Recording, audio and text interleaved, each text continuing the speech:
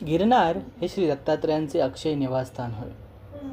दत्त महाराज येथे गुप्त झाले त्या पावलांच्या खुणा गिरनार पर्वतावर आहेत. त्यानंतर त्यांचा पहिला अवतार श्रीपाद श्री वल्लभ होय. त्यांचा जन्म पिठापूर येथे झाला. त्यानंतरचा द्वितीय अवतार नृसिंह सरस्वती.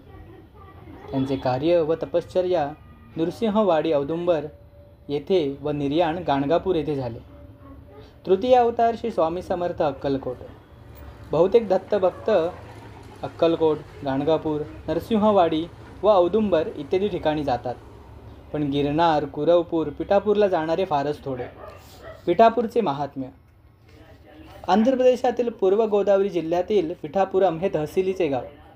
तेथील अप्पलराज व त्याची पत्नी सुमती हे भक्त दाम्पत्य. त्यांना 4 मुले झाली. त्यापैकी 2 वारली. दुसऱ्या दोघात एक अंध व एक पंगू होता. असा त्यांचा संसार चालू असता एके दिवशी भर दुपारच्या वेळी एक अतिथी भिक्षेसाठी आला. त्याने आरोळी दिली. माते, भिक्षा वाढ. आवाज ऐकून सुमती भिक्षा घेऊन बाहेर आली. त्याच दिवशी सुमतीच्या घरी श्राद्ध होते. वास्तविक श्राद्धाचे ब्राह्मण जेवून गेल्याशिवाय कोणालाही जेवण वाढता येत नाही. परंतु भिक्षेकराचे तेज पाहून सुमती सर्व काही विसरून गेली. तिने भिक्षा घातली. त्याचबरोबर त्या तेजपुंज यतीने आशीर्वाद दिला. माते, काय पाहिजे ते माग.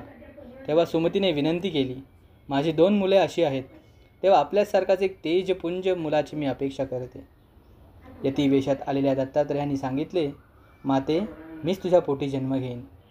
या दिलेल्या आश्वासनाप्रमाणे झालेला मुलगा म्हणजे दत्ता अवतार श्रीपाद श्री वल्लभ होय. श्रीपाद श्री वल्लभ वयाच्या 16व्या वर्षापर्यंत मातापित्यांजवळ होते. त्यानंतर त्यांनी जनकल्याणार्थ तीर्थयात्रेला जाण्याची आज्ञा मागितली. त्यावेळी त्यांच्या मातापित्यांना अतिशय दुःख झाले. तेव्हा श्रीपाद वल्लभांनी त्यांना सांगितले, ब्रह्मचर्य हाच आमचा आश्रम व योग हेच आमचे कर्म.